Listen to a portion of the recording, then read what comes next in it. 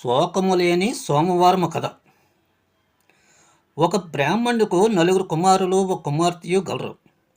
అతడి కుమార్తెకు వివాహం అనర్చును, కానీ ఆమె భర్త దేశాంతరమును వెళ్ళి ఎంతకు తిరిగి రాకుండెను.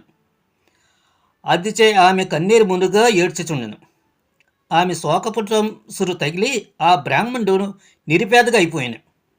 అందుచే అతడు ఆ దరిద్రము పోగొట్టుకుంటూ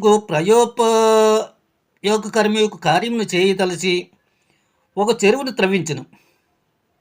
కానీ దుర్వశమున ఆ చెరువులో నీరు పడలేదు. అందుచే అతడు పరమేశ్వరుని గురించి తపస్సు చేయగా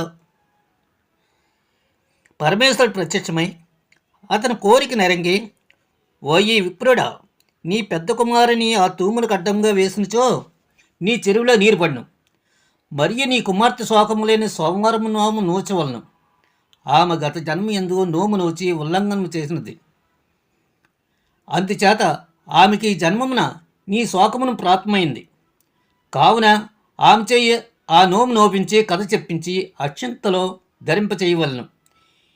ఏటి పొడుగున సోమవారమునందు ఒక పూటం భోజనం చేయించి ఏడాది గడిచిన తర్వాత ఉద్యాపనం చేయించవలనని చెప్పి అంతర్హితుడైన ఆ బ్రాహ్మణుడు పరమేశ్వరాజ్ఞానుసారము కుమార్తెతో శోకము లేని సోమవారమును యథావిధిగా నోపించిన.